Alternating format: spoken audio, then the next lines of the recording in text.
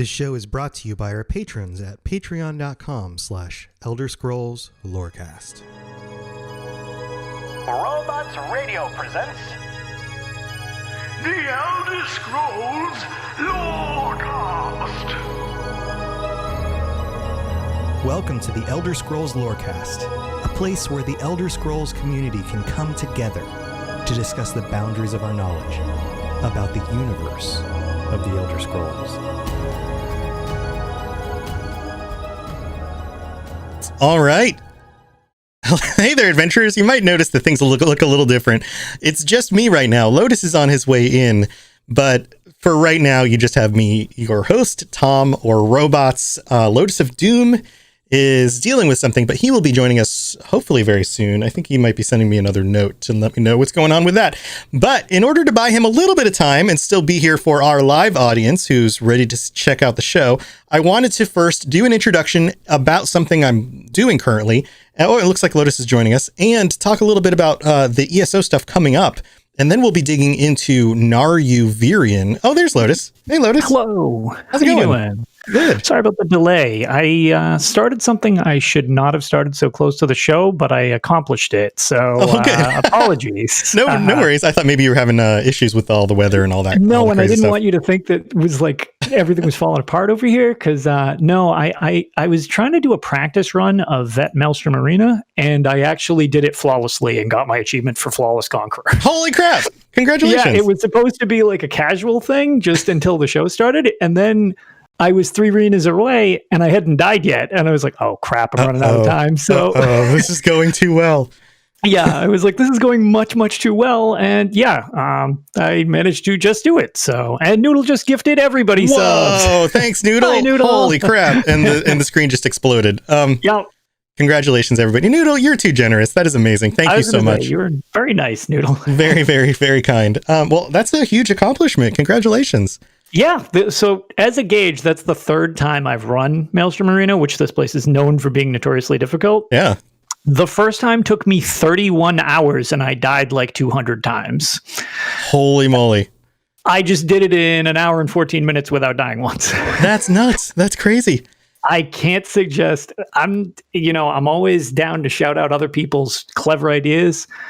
Go to Alcast's solo arena guide if you want. It's getting nerfed because it's so completely over the top.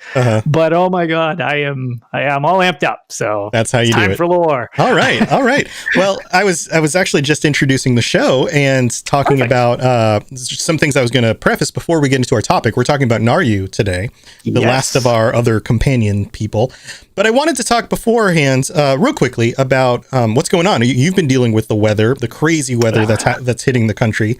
I know you've had some issues with water, right?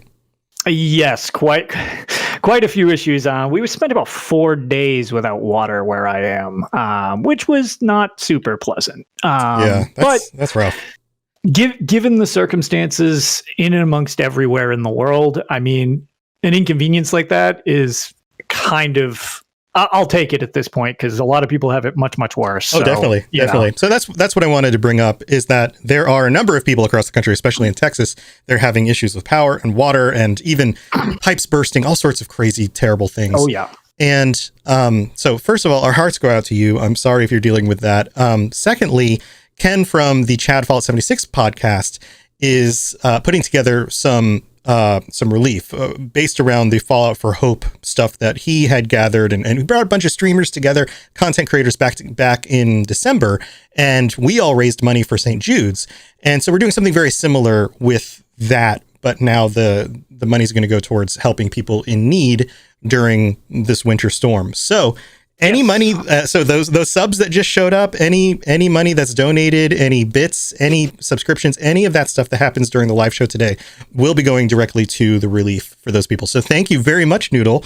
That is actually going to go support people who are going to need, heat and water and stuff like that. So that is amazing. Thank you and very much appreciate it. Also, before we get into the lore this week, we've got some new stuff coming for ESO. I wanted to just kind of note here. So we have the Clockwork City and Explore Morrowind Tribunal celebration thing coming up. Lotus, Yes. do you enjoy these types of events? I think they're pretty cool. So I really like doing. So this is going to seem a little weird and not meant to sound as jaded as it might, but I really enjoy doing these events. They're a lot of fun. This one is new, so I actually am excited about this one specifically. I like the double nodes, but unfortunately that also means that there are people everywhere. So great, I get double the nodes, but I get maybe a third of the nodes because there's so many people around. So net profit, not great. But really enjoyed doing these events the first one or two times. The reason I'm excited about this one is it's new. I've been here. I mean, I always mention I was here at the very start, but I did not really care for the game when it first launched. I felt it was very rough. It had it was much more MMO than it was anything else. Right. But as a result of things kind of changing over the years, I have jumped on board and I have been around for most of these events every single year.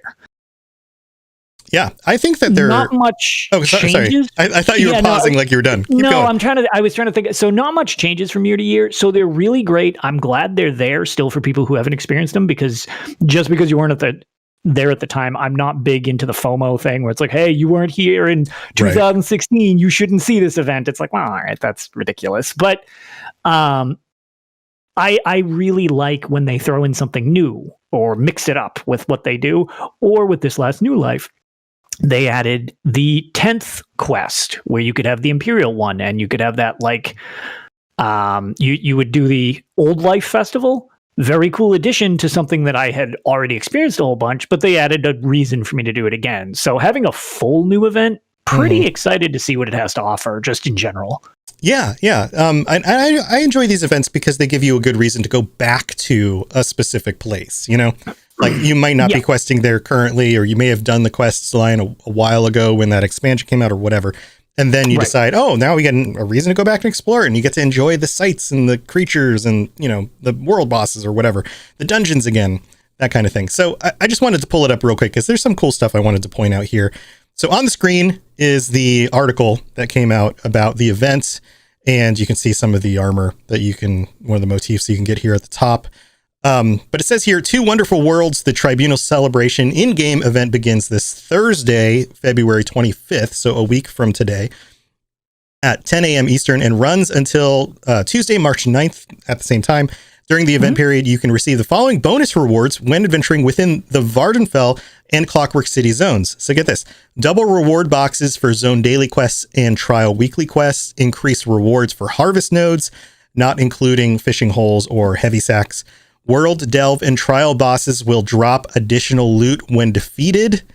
Very nice. Public dungeons and world bosses have a chance to drop a tradable new style page for the new Doctrine, Order, or Ordinator outfit style.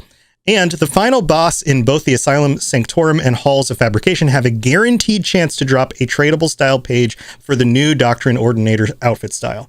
So very cool stuff. And then this, I think, is one of my favorite things. Check these guys out, right? So Cliff Strider, right? Isn't that what those are called? Look at this. Yes. Look at this little dude right on the left, though. He's like a little dinosaur looking guy with little Dwemer arms.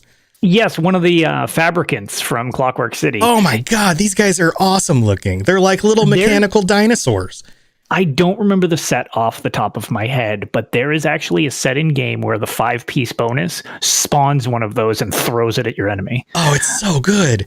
They're so unique compared to the other things in the rest of the world. It's so cool. Anyway, go check this stuff out. There's a whole bunch of other stuff you can get here. The art, I'm not going to go into everything in the article. All sorts of fun things. This is going to be a fun time. Plus, Impresario and event tickets, so you can be collecting those for all the new stuff coming out this year. Lots of fun stuff. But I just want that little guy running around with me. I just want a little pet of him. Like, he's so cool. He's so cool. If you're not watching the live version of this, just go to elderscrollsonline.com and check out the news. You'll see the post about this, and all the fun stuff. So anyway, just wanted to cover that stuff before we dig into the lore today. So this week we are rounding out our 3 important helper buddies from the different main factions. And the second in commands, if you will. Second in commands, or representative of the faction, the one that kind of goes with you and talks about things. We've covered Razumdar and Darian Yes. on the last 2 episodes. This week we're talking about Naryu Virian, who's probably the most mysterious of these 3. Razumdar is a fairly mysterious guy, right? He's into this whole going around doing stuff thing. Oh, and thank you for the donation. That is amazing. $50 from Malol. Very much appreciated. That will be going to help people. That is amazing. Awesome. Thank you so much. Big thumbs up to you.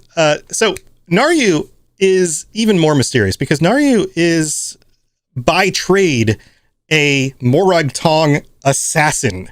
This is on par with the Dark Brotherhood. In fact, she is connected to the Dark Brotherhood storyline when you do that DLC. She's in all of the creepy and nefarious stuff going on in basically Tamriel during this time period. Like, she seems to have her hands in a little bit of everything. Razumdar is sly, and he can go places kind of unnoticed and stuff. But when it comes to actually being, like, dark and mysterious, Naryu Virian, hands down, way more than Razumdar. Yeah, she's a little less on the up and up than Raz and definitely Darian. So I almost wonder if some of her appeal is her dark assassin vibe, because granted, the Morag Tong are fundamentally a little different than the Dark Brotherhood. Yeah, as we discussed on episodes, a few months ago. So if you missed those episodes, numbers. Go check that out. We did 2 episodes on both the rise and the fall of the Morag Tong. So we discussed that in pretty good detail. Yeah. But at the same time, they both have, I mean, granted, one of them's a little more government sanctioned, but at the same time, it's one of those things where neither of these factions or guilds is working outside the shadows. That's part of their thing. So her dealings outside her affiliation with the Ebonhart Pact is, an assassin's guild. That's what she does. She kills people for her job. Right. Government sanctioned killings of people. Yes. Which means that she's also plugged into kind of the behind the scenes reasons why they might be killed and all of the political intrigue. There's a little bit of all of that going on. It's definitely mysterious and definitely dark and interesting. So like we did with the previous 2, I have a section here just kind of roughly about who she is and her background. There's not a ton about her upbringing and background because she is so mysterious. I think it would be really cool to learn a little bit more about that, but there is only so much that we can know outside of the quest lines and things. So we're going to touch on the quest lines and some of the things that you do with her in the game without spoiling too much.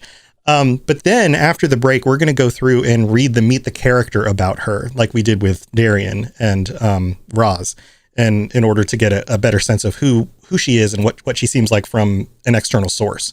So let's just dig into this. Naryu Virian is a Dunmer assassin and member of the Morag Tong. Most players will first encounter her in Dishan when she is tracking the source of the Lodos Plague. She will ask for your assistance several times as she tracks down and deals with the person responsible. Now, this is part of the core game. This is part of the vanilla experience when you start out as the Ebonhart Pact. Yes, if I remember correctly, because this is way, way back. If I remember correctly, this quest specifically is in Dishan. Yes. Yeah. This is, you specifically encounter her in Dishan at the beginning. But like the whole quest line is like, zone. Yeah. It's in, that's how, actually, that's probably a better way to put it. The entirety of the Lodos Plague takes place in Dishan. Like, you don't start in Dishan. You get a little acquainted with, the Ebonhart Pact storyline. Then once you reach Dishan, this whole storyline starts, is how I meant that, I guess. Gotcha. Yeah. That makes sense. So it goes on, it says, you will meet her again at Fort Amal in Eastmarch, where she is disguised as a servant girl on a mission to assassinate a Breton illusionist by the name of Dalin. So I love that she just pops back up and you're like, wait a minute, I know you.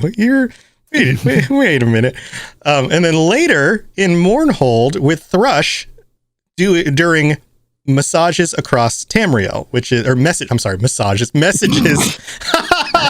That would be an amazing quest. You have to give massages to people across Tamriel. Oh, man. I mean, to be fair, you did just mention she dresses up as a servant girl to get around the camp. That's true. She does have a lot of weird undertones with being flirty. So, I mean, maybe she's giving out massages. Massages across Tamriel. And then, and the endings are just deadly endings instead. Oh, man. Messages across Tamriel.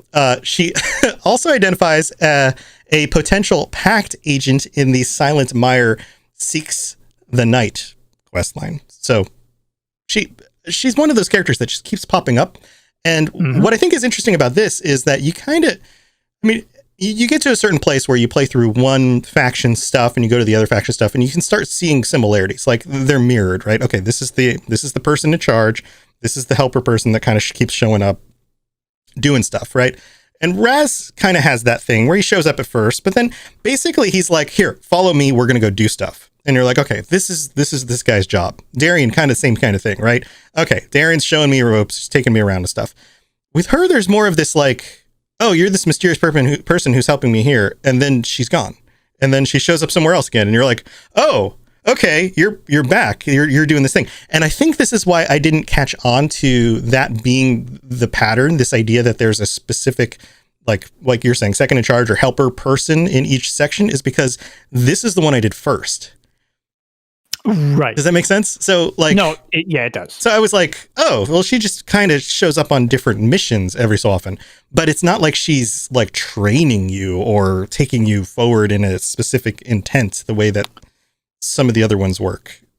Kind of a rough way of speaking, I guess. No, it is. And I mean, it's we can do our best to explain kind of how each of the storylines for each of the factions, the Daggerfall Covenant, Ebonhart Pact, and Aldmeri Dominion, are crafted very differently from each other.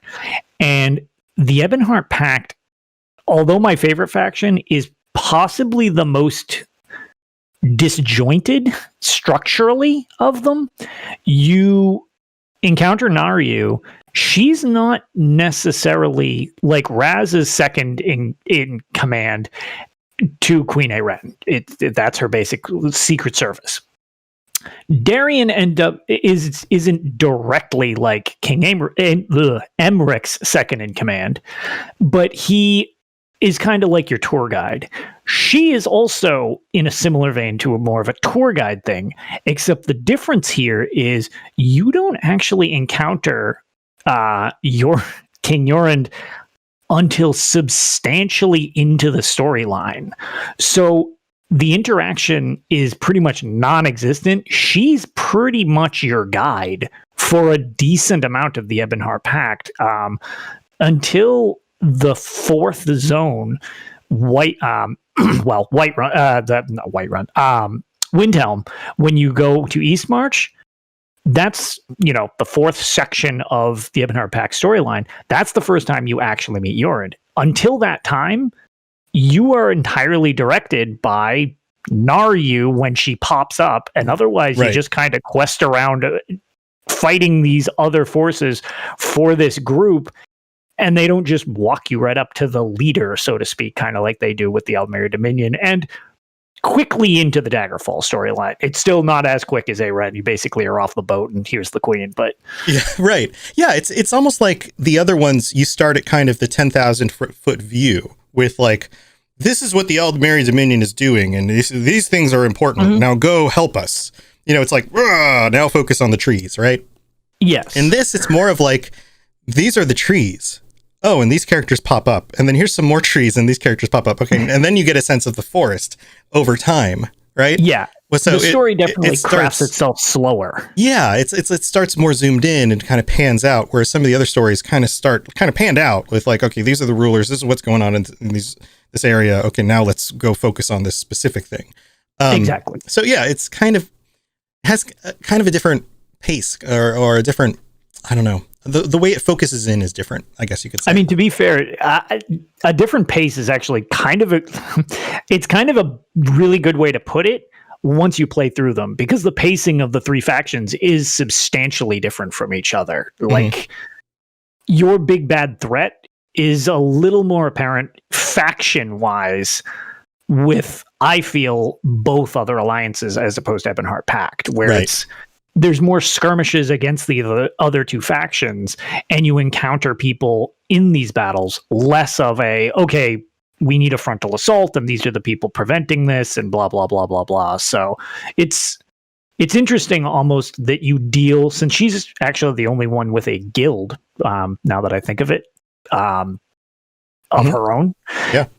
It's kind of funny that when the only one with a guild, the way that the Ebonhart Pact storyline is segmented, you almost have to deal with like little sects or guilds more frequently to start than you do with the other factions. Yeah, it's very much more regional and not national kind of focus. For sure.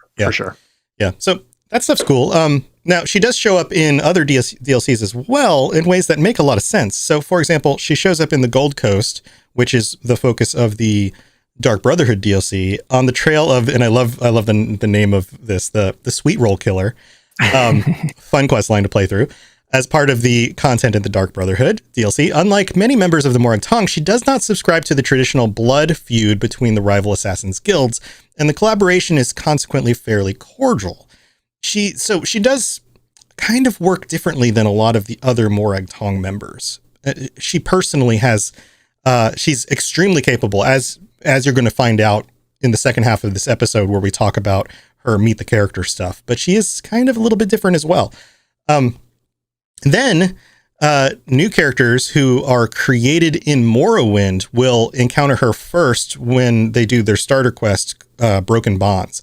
And then she later shows up as a member of the Redoran Counselor's daughter in a series of quests around Balmora. So she also, again, of course, shows up in the Morrowind content, which makes sense because she's a Dunmer. So if you actually play through all of these things, she has a hand in tackling some extremely dangerous opponents and in some ways saving the world a few times. Yes. She's pretty phenomenal. Like she's a really cool character who's very, very capable. She also, in relation to the Balmora questline, which we're not going to just spoil or anything like that, but when you encounter her throughout the Ebonhart storyline, you get a lot of dialogue options. She's pretty flirty and everything like that. When you get to the Morrowind expansion and the quest with the Redoran and the surrounding situation in Balmora, you get quite a few choices which she will go along with regardless of if she agrees or disagrees, but it will actually change her temperament pretty severely when you interact with her afterwards, which I personally liked quite a bit. That storyline can get very dark in Balmora. Yeah. There's anytime you're dealing with some of the I don't know, politics of Morrowind. Yeah, the house conflicts are rough. Yeah. Assassins and slavery and all sorts of wonderful stuff. So magic. So that's basically her involvement. Now, you'll notice that we didn't talk anything about her upbringing, where she was born and raised, what her family life was like, siblings, parents, nothing, because we don't have that information. She doesn't talk about it. It's not in the wikis. It's not something that comes out. So it may be one of those things that's interesting to dig into a little bit further in the future, or she may just be one of those mysterious characters that we never really learn anything about her background other than some of the information that we'll be going through when we get back. And real quick, thank you again to Noodle. Noodle has now gifted 2 more extra subs. A total of 22 subs in this channel. That is amazing, Noodle. You are amazing. So tell you what, let's go to the middle of the show. We're going to again thank Noodle in the middle of the show and our other patrons, and then we'll come back and we'll read through the Meet the Character. The skies are marked with numberless sparks, each a fire and every one a sign. Noodle al dente, you are ridiculous. You are also our tier 5 supporter on Patreon, which means that you get called out every episode. So thank you, Noodle, for supporting the show. You and the other tier 4 patrons will be able to join us next week at this time, because that is our last Thursday of the month. That's the 25th at 9 p.m. Eastern, to talk and be on the show talking about whatever we want to talk about. So let's get chatting about that. Whatever you guys think would be a really fun topic. Throw some ideas out there on the Discord. If you would like to be involved with that, or you'd like to check out some of the other rewards that you can get for being a patron and helping to support the show, then go to patreon.com/Elder Scrolls Lorecast. Thank you to all of our patrons. You guys are amazing. There's 44 of you, which is phenomenal. And you're what helps make this possible for me to do every month. And you are very, very much appreciated. We're getting closer and closer to that $500 a month goal, which means I can get a really cool Elder Scrolls tattoo, Elder Scrolls Lorecast tattoo, something like that. I'll put it on like one of my shoulders, along with the Fallout one that I'm going to get at some point. And hopefully we'll get there at some point. And the other things that you can get are things like ad-free episodes, the extended versions. If we go longer after the close of the show, you'll be able to hear that stuff, all sorts of other things. So go check that out. And thank you again to all of our supporters. Yes, you're entirely brilliant. Conquering madness and all that. Blah, blah, blah, blah, blah. All right, we're back. So like with all of these other characters, there's a meet the character. There's specific documents in the game that talk about them. We've pulled something like that for each of them. This one here is by Asher, who is also a Morag Tong assassin, and is called a Morag Tong Assassin's Petition to his Grand Master. And I love that these things are written in a way where you get not only a sense of the character we're talking about, but the character who wrote it as well. And the organization as a whole, and maybe how things function. It's kind of fun.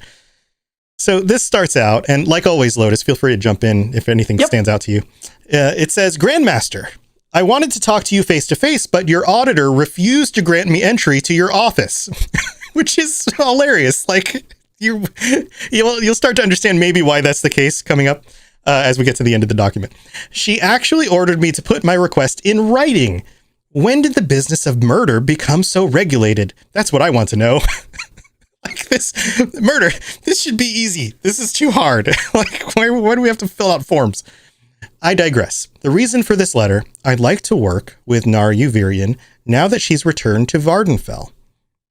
Why, you're probably wondering, would an assassin of my rank, standing, and experience within the Morag Tong want to share a writ or two with a relatively new operative who's been busy gallivanting far from the seat of our power in Vardenfell? Well, that's just it. Naryu has seen the world, from Deshaun to Eastmarch, Mournhold to the Gold Coast. Sound familiar? These are all the places that we talked about doing quests with her, and this was written as kind of a prep for the Morrowind expansion. She's racked up more seals on her travel documents than most of the Morag Tong in recent years. Our status and reputation have improved, as you well know, but we're far from the heights of influence we once commanded. Look at Naryu's perspective and experience abroad. I want to take advantage of the knowledge she's gained to make me better at my job.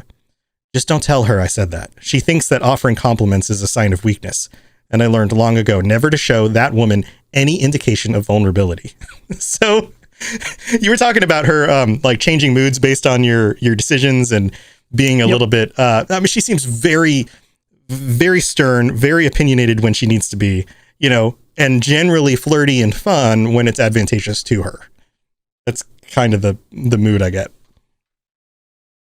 You think that's accurate? Oh yeah, okay, yes, absolutely. I didn't know if you were just going to jump back in. Yeah, no, absolutely. She uses pretty much anything in her toolkit, and as you know, the internet will latch onto anything and everything. They love Naryu, and Naryu loves Naryu. So she definitely uses that to her advantage quite frequently. Right. So it goes on and says, I'm not one to tell you what you already know, but the reports I've been privy to concerning Naryu's activities read like the adventures of Investigator Vale. Stopping a plague, saving a king, catching a relentless murderer, all the while completing each and every writ and contract assigned to her. That's impressive. Add to that her sardonic wit, her I don't give a fetch attitude, and the fact that she makes even more egg tong leathers look good. And it is any wonder they call her the Beautiful Darkness.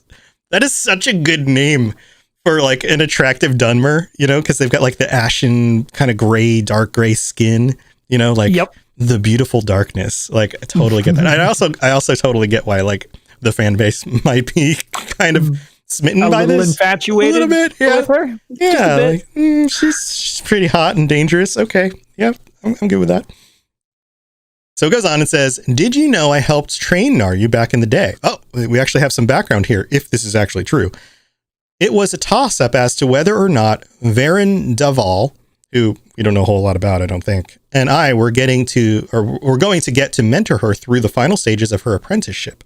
But I decided to let Varen have all the fun. I suppose I'm regretting that decision now, so I want to make up for it by getting to work with Naryu. I see her in action. I know this might be a lot to ask for, but when was the last time I requested a favor from our esteemed Grand Master? True, it was a week ago last month, Morndus. But what about the time before that? Remember I noted at the beginning the whole concept of like, why wouldn't you let me into to your office to talk to you? It's probably because he bugs the Grand Master way too much. He then goes on and says, I don't make it a habit is what I'm trying to get across here. Yeah, sure. What can we expect of Naryu Virian now that she's back in Vardenfell? From all indications, only the best. She's a warrior without equal, capable of cleaving her way through an army of cultists or nonchalantly slipping a dagger between the ribs of a single target with relative ease. She knows more ways to disable or kill a person than even I do, and that's saying something. She's basically the John Wick of the Morag Tong, right? Like, yeah, more or less. Yeah, like she killed a man with a pencil, you know, like right. And all I picture is like slow-mo Matrix moves as she's like throwing daggers and kick flipping over other things. It's like she's like the ultimate assassin. Yes. Can we get? There's rumor that they're putting together an Elder Scrolls TV show, right? Like I've heard those rumors as well. Yeah, there's an announcement that the Fallout one is definitely in, you know, pre-production or whatever. But that they might be doing an Elder Scrolls one too. I vote that we stay away from any of the like mainline stories. No Dragonborn, no mainline anything, you know, Emperors of Cyril, none of that stuff. Just the adventures of Naryu Virian as basically the John Wick of the Elder Scrolls universe. I think that would be badass. Like someone kills her pet Guar or something, and then she goes on a rampage and like kills everybody. That would be hot. That would be amazing. Hey, there you go. Now we have to practically writes itself. Right. Now we just have to debate who would play her. Who would be her? You know, we always talk about these amazing Blur videos. By the way, if you're interested in a Blur video, which is the company that makes the what do you call it? The FMVs for their trailers and everything like that. Mm-hmm. If you're interested in Naryu and would like more Naryu in your life, look up the Morrowind trailer. Other than it being an awesome trailer, she is very involved with the whole thing. Yeah. You could just, we need to just go digital because then she can look exactly like everyone wants and not have to try to cast somebody based on an ashen blue person. I mean, you could get who's the girl from the MCU that plays Gamora? You get the Gamora actress. All right. She could do it. There you go. Yeah, you just have to like you know put some sort of like bluish gray skin on her, but she's used to wearing the weird makeup, you know. But she could pull it off. She'd do it. She'd be great. Anyway, it goes on and says, and that's saying something that she knows more about killing or disabling people than I do. Poison, Garrett, knife, arrow, sword, polearm, stew pot, bedsheet, hairpin, and even a copy of Lord Vivek's 24th sermon. She can turn even the most inoffensive bauble into a deadly weapon. I mean, I think that probably there are more people who have died from just reading Vivek's sermons just from boredom than have been murdered by them.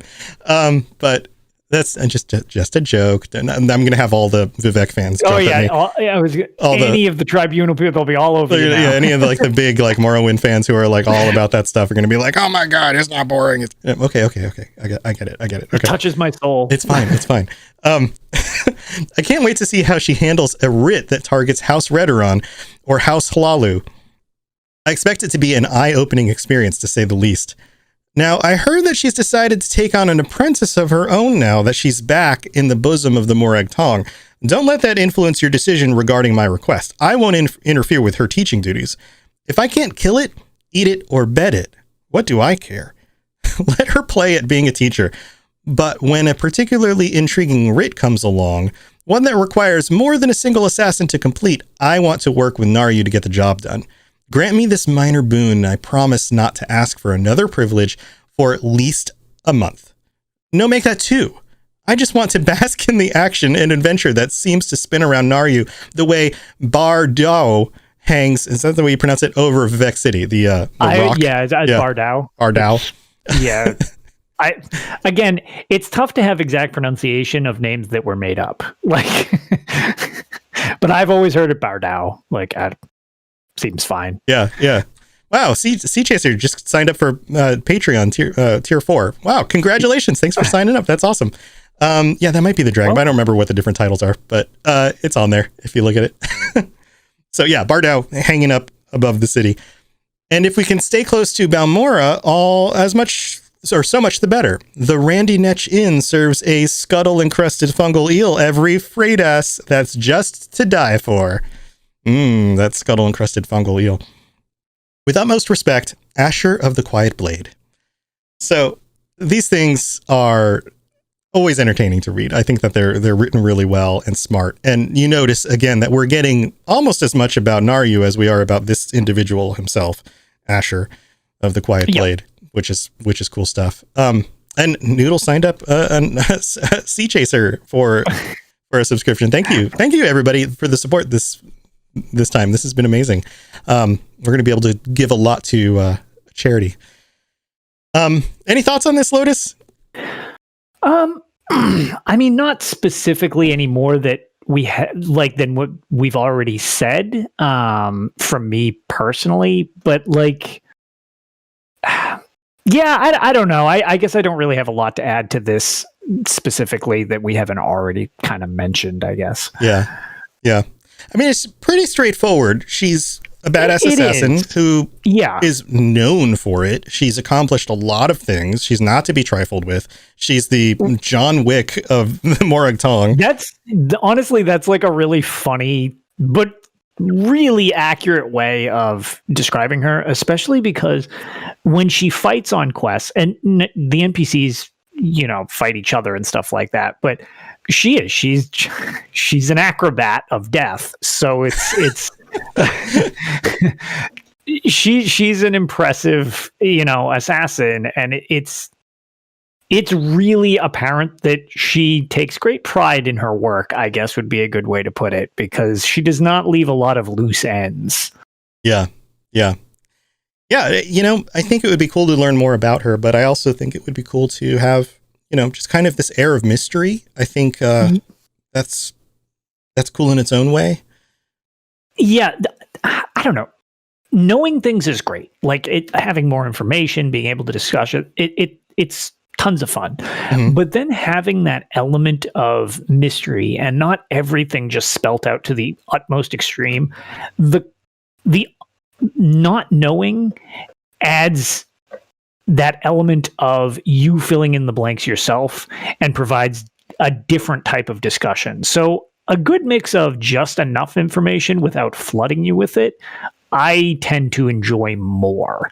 So her background being shrouded in mystery, but what you know based on how you interact with her throughout the story and through these different, pieces of writing in the game and stuff like that, I think personally is probably the best way to give you enough information on her so that you can connect to her, but shroud her in mystery like you would kind of assume from an assassin or somebody in her position.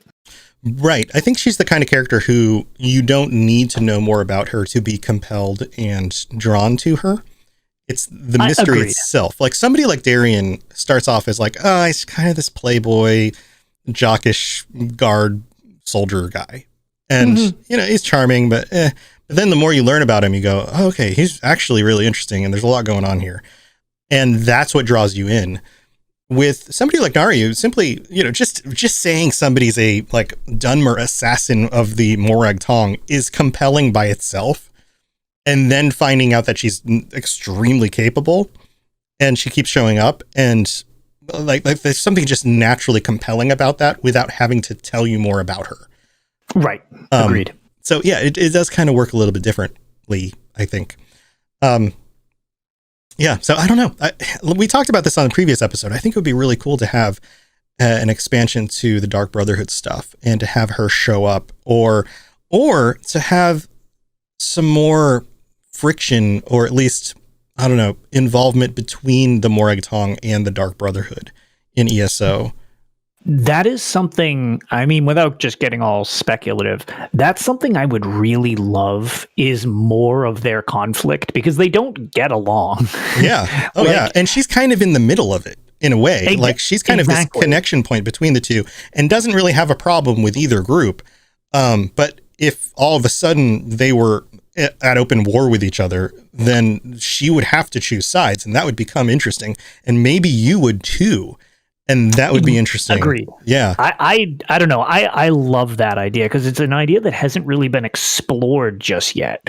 So if they do want to bring her back, recurring characters are a thing that people enjoy.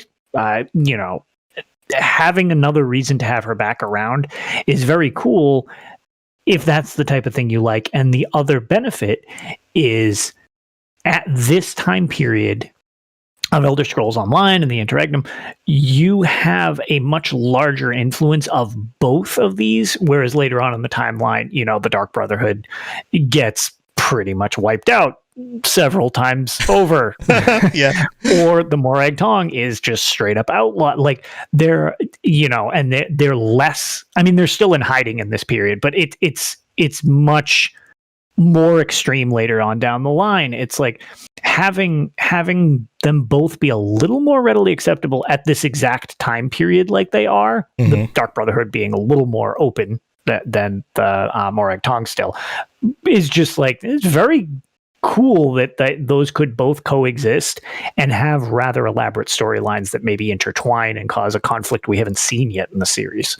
Right. And then you could even play into it the idea that like trained assassins would be crucial to saving the world. And, but of course they're not doing it for that reason so much as they are for, ideology or payment or whatever. You could kind of wrap those stories into each other, because usually the Dark Brotherhood stories don't have to do with saving the world so much as like internal intrigue. Yes. The Dark Brotherhood tends to be the Dark Brotherhood's biggest enemy more often than not. Right. By definition, they are kind of their own greatest threat. Absolutely. Yeah. Absolutely. Yeah. Anyway, I'd love to hear or experience, not just hear, but experience more of that kind of stuff in the future. But anyway, that's Naryu, and hopefully we get more stuff with her in the future. She's already shown up a lot, but I doubt that she's going to be a character they don't come back to at some point. Yeah. And definitely, I strongly suggest, you encounter if you do the Ebonhart Pact storyline, but make sure if you do decide and play Elder Scrolls Online, if you do decide to go to Morrowind, definitely check out the Balmora storyline. It is very fascinating and pretty involved. It is not a short quest line, so it's nice and rich with storytelling. It's very, very, very good, and lets you have a little bit of your own spin to it, deciding some of the situations that you're left to make the final choice in. Yeah, go enjoy it. If anybody who hasn't jumped into Elder Scrolls Online, if you're looking for more of these kinds of stories, it's a great game to give you more stories. Even though there's lots of people running around, you can still play through each of these sections on your own, experience the stories just like you would in something like Skyrim. So we highly recommend. Go check it out. So Lotus, you have anything else going on you want to call out or talk about before we head out?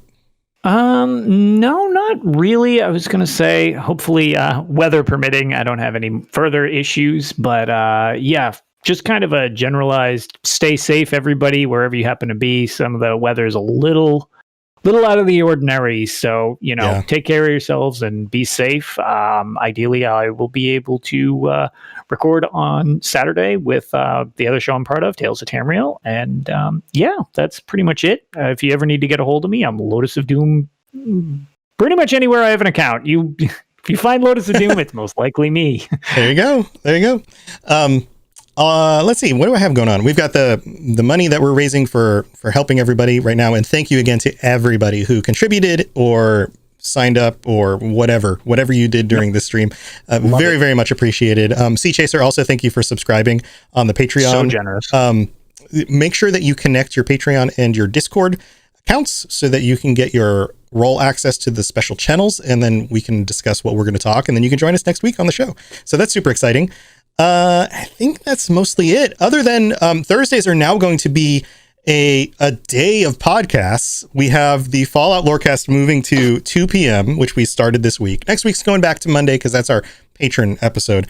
But the regular episodes will be at 2 p.m. on this channel on Thursdays.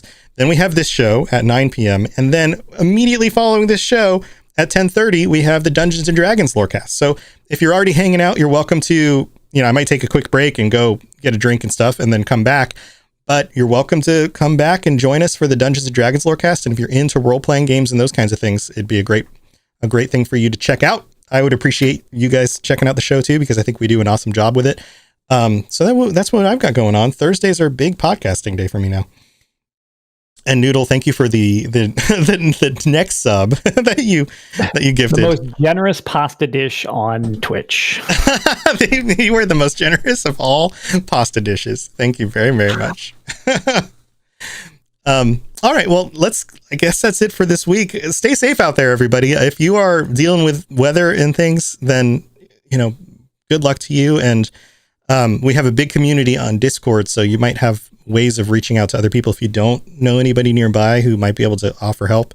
If you're kind of at the end of the rope there, that might be a way to find other people locally. I'm not sure, but we're all rooting for you.